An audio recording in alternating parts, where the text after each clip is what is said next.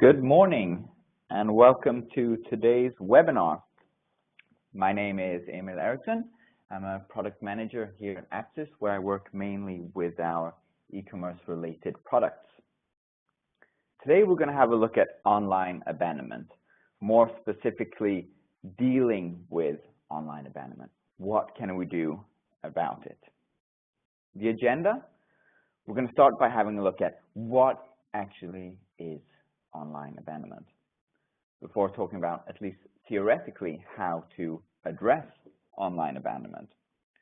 We're going to have a look at channel. We're going to talk about why email when addressing online abandonment. We're going to have a look at a customer case. How can we deal with it in practice? Before having a look at results, rounding up with some takeaways from today's webinar, and then you will also have the possibility to ask questions. So let's get down to business. Moving on.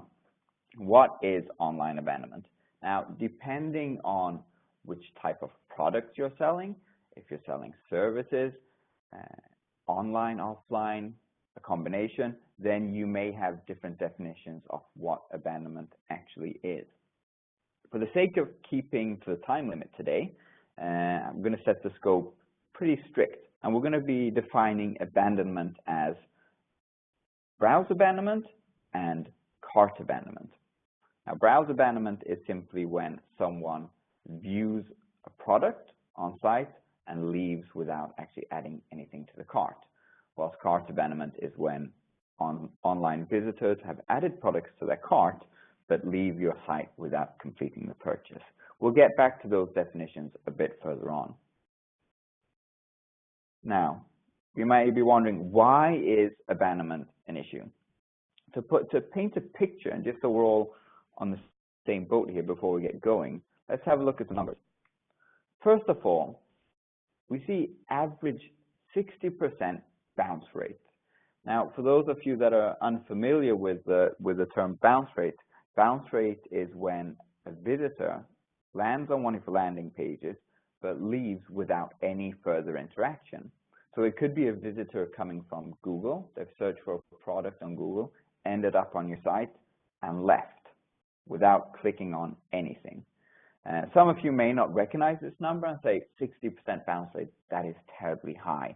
We have a much lower bounce rate. Then I'd say congratulations. But even if you have 40, 50% bounce rate, it is still way too high. If you're one of those that has a lower bounce rate, or you actually get your customers to stay on the site, interact, then you're faced with this next issue. 88% of on-site visitors that have viewed a product will leave the site without adding a product to their shopping cart. And if you're one of those lucky ones where you get your visitors to add products on a regular basis to their shopping cart, then you are faced with this issue. And that is that 80% of online visitors that add products to their cart will leave without completing the purchase. Now, this sounds like a terrible number. It is. In fact, it's a number which is increasing and has done so over the past few years. This is an average number from the Nordics that we put together a report where we checked the Nordic market, and we found that 80% abandonment rate. Once again, some of you may have a lot lower number because, of course, this does vary depending on which industry you're in, which products you're selling, and so on. For example, a typical B2B online business will have generally a much lower abandonment rate than a B2C company. But still, even a 50–60% abandonment rate is way too high. Now, these three numbers together, the 60% bounce rate, the 88% of those that don't even add products to their cart, and this 80% abandoned cart rate, sounds terrible. But there is hope, because as we see, online retailers aren't actually, a lot of online retailers at least, aren't doing that much about this. Because 50% of online customers have not received a retargeting email after abandoning online. So despite seeing that this is a huge issue, there is a lot of potential. So if you're not already doing something about these abandonments, it's definitely high time to start. So what can one actually do to address online abandonment? We're not going to have a look at a customer case just yet, but we're going to talk about the concepts of addressing online abandonment. The first thing is actually not a technical solution. The first thing you need to battle online abandonment is the right mindset. And when I say the right mindset, I mean that you need to understand that we are operating in the age of the customer today. The amount of information that online visitors, consumers in general, get bombarded with today is enormous. And therefore, to be successful in all of your communication, you need to communicate with the customer in focus. So you need to send them the right message, the right time, and the right channel to make sure that your message is read. But if we look a bit further at technical solutions, it's really important to utilize behavioral data from all of your customer touchpoints. For example, if you have a separate mobile site and a desktop site, if we have a visitor on the mobile site first, where they actually add something to their cart, but they abandon, and then they come back and complete the purchase on the desktop a couple of hours later. So what happens now, if you're not utilizing this data from both of these touch points, you could potentially miss that the customer whom abandoned on the mobile site recovered on the desktop. You may miss that they actually have been back and purchased. What happens then is you retarget them when they shouldn't be retargeted. So basically, this comes down to you need to avoid data silos. So in the example I just mentioned, you need to make sure that behavioral data from mobile and desktop is combined. And the goal should be for all online retailers should be something that looks like this. So here in the middle, we have the customer profile. And then we have all of those touch points that the single individual customer comes in contact with. So it could be a separate mobile site, maybe an application, it could be SMS, a call center, of course a web behavior, CRM, email, social media, etc., etc. Now, this is of course the long-term goal for online retailers. And I would say that most online retailers are not here today. But even simple things, you need to make sure that you combine your email data with your on-site behavioral data. Begin small and then work towards this goal. So once again, just collecting large volumes of data isn't enough. You need to make sure you collect the correct data, and then you need to make sure that you break down all of those internal data silos that you may have. So if we remember those 60% average bounce rate, what do we do about them? That is where the exit intent pop-up comes into play.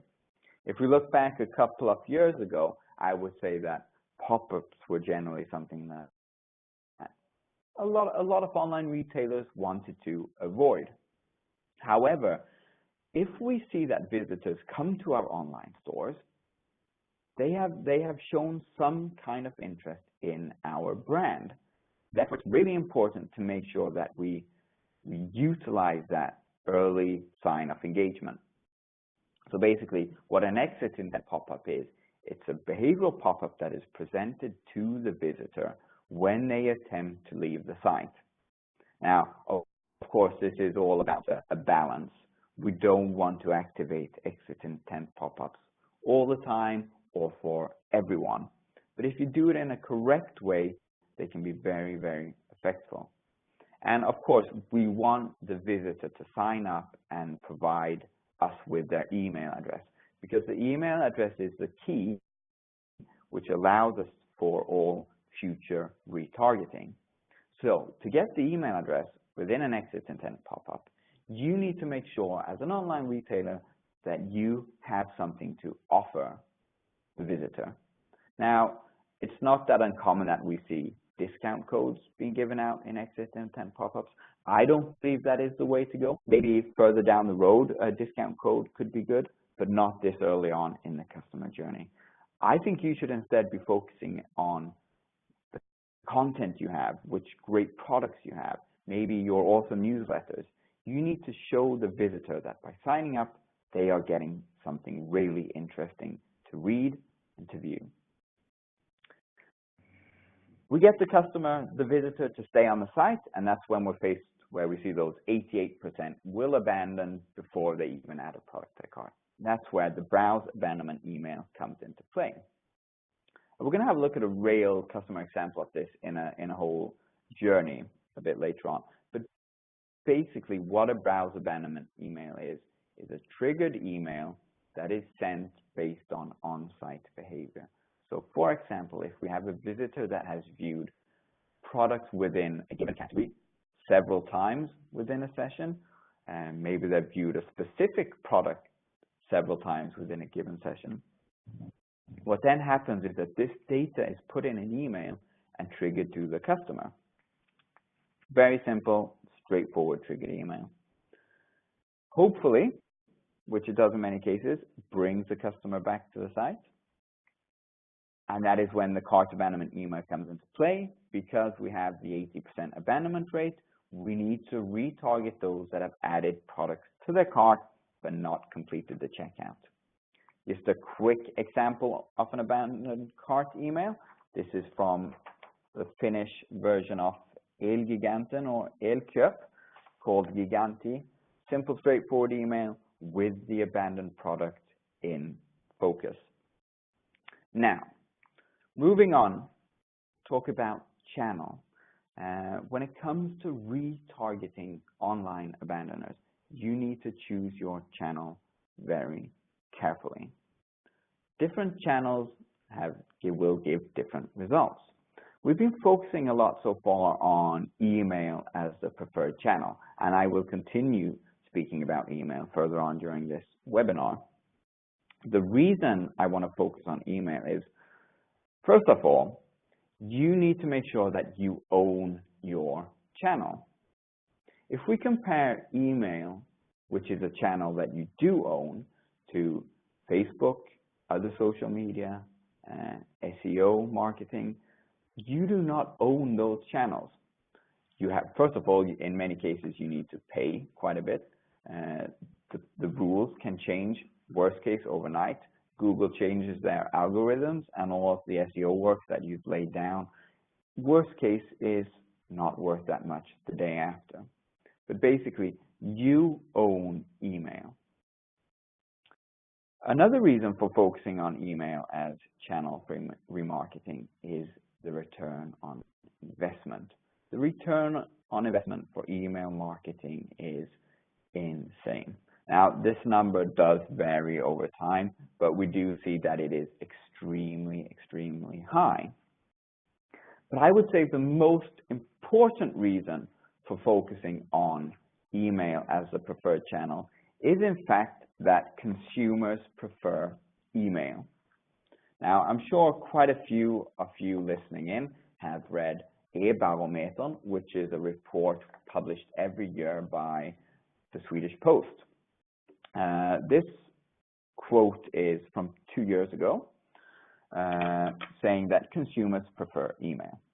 And this quote comes from the question that was posed to online consumers, that if a company selling products or services online wish to get in touch with you regarding their products or services, which channel do you prefer? And if we break down the numbers and look a bit closer, we see that 42% claim that they preferred to be contacted by email, whilst only 13% preferred social media. I find it very interesting that old school mail is ahead of social media. When I first saw these numbers, I thought, okay, but this could very well be a question about different generations, and that given time, we will most probably see that social media will grow, potentially on behalf of email. There is, in fact, though, a similar report done in the US. So different market, but still, I feel it's relevant to touch base on. And that report was done with millennials. A similar question was posed to millennials, and they replied, actually 44% replied that they preferred email as channel for communicating product news or related to services. And surprisingly, only 5-6% of those millennials preferred social media. So basically what we're seeing here is that social media is just what it's called, social media, and not so much selling media as many would like to think. I actually heard someone say from a big international brand that works a lot with social media, in fact, but said that social media is killing brands softly. So I think it's very important to think of which channel you choose to remarket through. If we have a look at some numbers from behavioural on 2016, so the latest one that has come out, just to show the importance here. So the top left, 62% email, that is a question that was posed to online retailers of which channels do they feel are the most important when it comes to communicating with customers. 62% said email. 66% of consumers said that email is one of the most important channels. But if we then look at Facebook, we see that 88% of online retailers say that Facebook is a very important channel, but only 6% of consumers say the same. So here we see a huge discrepancy between what the online retailers believe and what the consumers actually want. So this is really important, because if we go back to the theoretical concept of addressing online abandonment, what I said first of all was that we need to have the right mindset and understand that we are operating in the age of the customer. And if we are reaching out, retargeting the customers in the wrong channel, wrong time, then we will not be successful. So really important, choice of channel. Now we're going to have a look at in practice. So a real customer case of how to deal with online abandonment. Sorry, I should have mentioned, of course, that we should combine channels. That is really important. Yes, email is the most important channel, but depending on what products you're selling, maybe who your target audience is, a combination of channels is preferable. Because this all comes down to, just like the omni-channel purchasing process, where consumers seamlessly want to jump between mobile devices, desktop devices, physical stores, the same applies to collecting information. When collecting information, consumers like to jump between channels, even though they have preferred channels. Now we'll get to the real life example. So in this example, I've combined some retargeting examples from two different customers. The first one we're going to have a look at is the Swedish furniture retailer Svenssons i Lammhult. Svenssons, they sell high-end designer furniture. And I'm going to take you through a customer journey which is not uncommon for, I would say, the most online retailers. So it starts off by me entering a landing page. I could enter a landing page either from Google or directly. In this case, I've come to Svenssons i Lammhult's start page. I know what I'm looking for, so I search for my product, and I end up on a product page. Now, this is actually the last product page I'm looking at. I've looked at several other lights before this product because I'm looking for lighting, but I'm not really sure which one to go for. So in this case, I'm one of those 88% that will leave the site before actually even adding a product to my cart. What happens then is I get personalized email number 1. Very, very effective remarketing email. And this is an example of a browse abandonment email. But unlike what I mentioned previously in browse abandonment, this email is not so much for pushing products. Because I'm early on in my purchasing process, this email is more about creating engagement. I've obviously shown interest in lighting. They know this because I've viewed several products.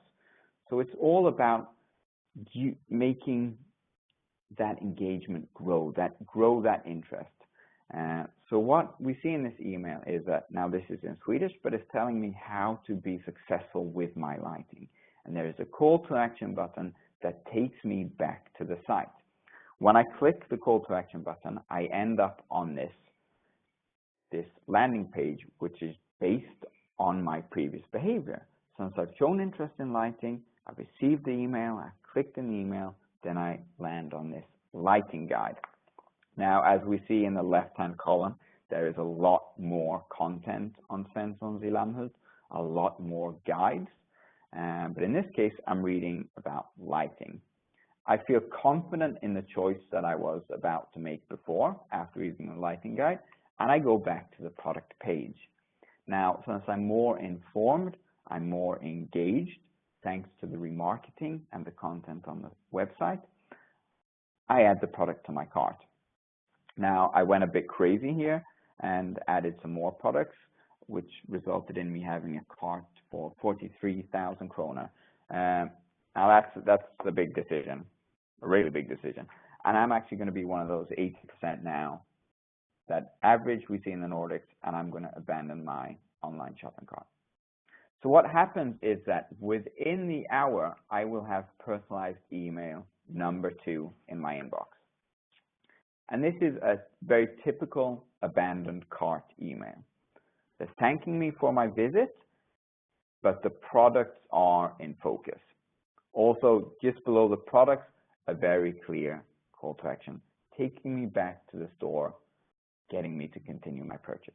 Because since I'm further along in my purchasing process here, further on in my customer journey, you can be a bit more aggressive and push for the products that I most definitely have shown interest in.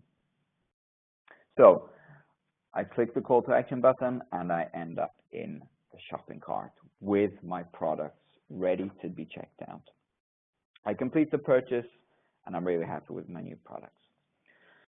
We're going to have a look at bonus number 1 now, because remarketing doesn't really end after you've addressed online abandonment. What you want to do, if you have a visitor, a customer that has bought a product on your site, you of course want them to come back and purchase a second time, even a third time. Because as we all know, retaining existing customers is a lot cheaper than getting new customers. Getting a new customer is roughly 6 to 7 times more expensive than retaining an existing one. So what you should do after a completed purchase is utilize personalized email number 3, and that is a post-purchase email. This is an example from our customer Teknikdelar based in Malmö that are sending a post-purchase email to those customers that have purchased but not come back within 30 days for a repeat purchase. So this is you could say, a reactivation email where we want to get them back for a second purchase. What they're doing in this email is they're offering a 10% discount to entice the customer to come back, but also adding very relevant content to the email in form of product recommendations. And these are product recommendations. They could be based on the products that this specific customer bought previously, and it could also be related products to those, or maybe even bestsellers on the website that given day. That brings us to bonus number 2. And we just touch base on automated content, because the automated content in form of product recommendations is a very vital part of, should be a very vital part of all remarketing emails. Because what this is auto-generated product recommendations, which can be applied to basically any email sent through Axis. So you can add product recommendations to your regular newsletters, to your browse abandonment emails, post-purchase emails, as we saw, but even your abandoned cart emails. Because adding very relevant product recommendations will increase engagement. We're going to have a look at some of the results in just a sec. So, speaking about results, the results I'm going to show you now are average results for all of Axis's clients. So I've combined all of our customers addressing online abandonment through abandoned cart emails and browse abandonment emails, and also utilizing product recommendations. First of all, what we see is that on average, 12% of abandoned carts can be recovered. And remember, really important that all of these examples that I have shown you, they are completely automated. So once the project is set up, the online retailer doesn't have to do anything. And on average, 12% of abandoned carts can be recovered. We also see that browse abandonment emails typically result in a 4% increase in sales. The real strength, though, comes when combining browse and cart abandonment emails, since that typically results in a 12% increase in sales. And just to touch base on the recommendations and the more content part of it, we see that automated product recommendations can result in a 50% increase in sales if done in the right way. And they do definitely increase engagement. We see on average 70% more clicks in these auto-generated product recommendations. So, having a look at some takeaways from today, first of all, online abandonment definitely is an issue, but there is a solution. And we also saw that there is a lot of potential because almost 50% of online retailers are not retargeting when on-site visitors abandon. Second takeaway, retarget using email. Email is the preferred channel by consumers. Yes, you should of course be combining channels for the best effect, but email is the preferred channel, so really make sure to utilize the power of email. I think most importantly is that you need to focus on the needs of your customers. Yes, you may have great products that you are selling, but we need to focus on the needs of our customers. I'd like to thank you all for listening today. We're running out of time a bit, so when it comes to questions, I would like you to send your questions to webinar@apsys.com. That was webinar@apsys.com, and I will make sure to answer them as soon as possible.